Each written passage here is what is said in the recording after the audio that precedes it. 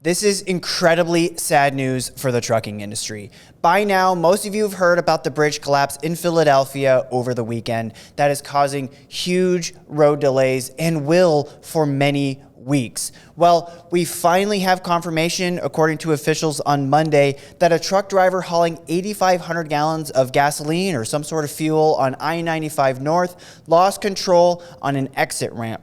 The truck struck a wall and overturned, resulting in the fire in northeast Philadelphia, which started around 6 a.m. Sunday morning between the exit of Academy Road and Cottoman Avenue.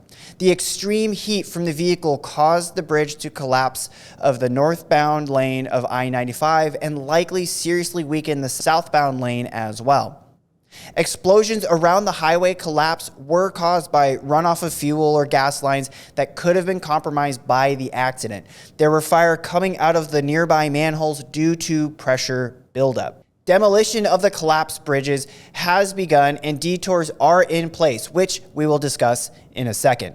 Pete Buttigieg, the Secretary of Transportation, mentioned the accident on I-95, saying the people of Philadelphia, the Pennsylvania DOT, and the entire region affected by this will have the full support of the United States Department of Transportation for as long as it takes to get that restored to normal. On Monday, Governor Josh Shapiro signed an emergency declaration to aid in the response to the partial collapse of the section of I-95 in Philadelphia, which authorizes the state to quickly draw down federal funds, makes $7 million of state funds immediately available, and waives bidding and contracting procedures to expedite the road's reconstruction. While there was some environmental concerns due to the accident next to the Delaware River, this seems to be under control after a sheen was seen in the river and the Coast Guard deployed a boom containing the material. While the tanker held a capacity of 8,500 gallons of fuel, the contents do not appear to be spreading into the environment.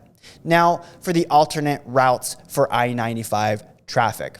According to officials, heavy construction is needed to rebuild this section of interstate, which will likely take a few months to complete. A more concrete timeline is expected in the coming days or weeks, but Philadelphia Managing Director Tumar Alexander said I-95 will be impacted for a long time. This is also a widely used highway for trucking logistics. Truckers taking I-95 northbound or going from DC to New York should get off early and take the New Jersey Turnpike, paying the toll fees. I know it's not fun, but it is a good idea.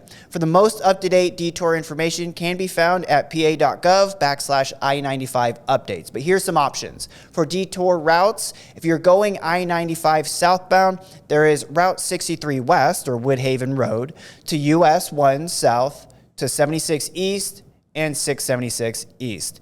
If you're going I-95 northbound, there is I-676 West to I-76 West, US 1 North to Route 63 East or Woodhaven Road.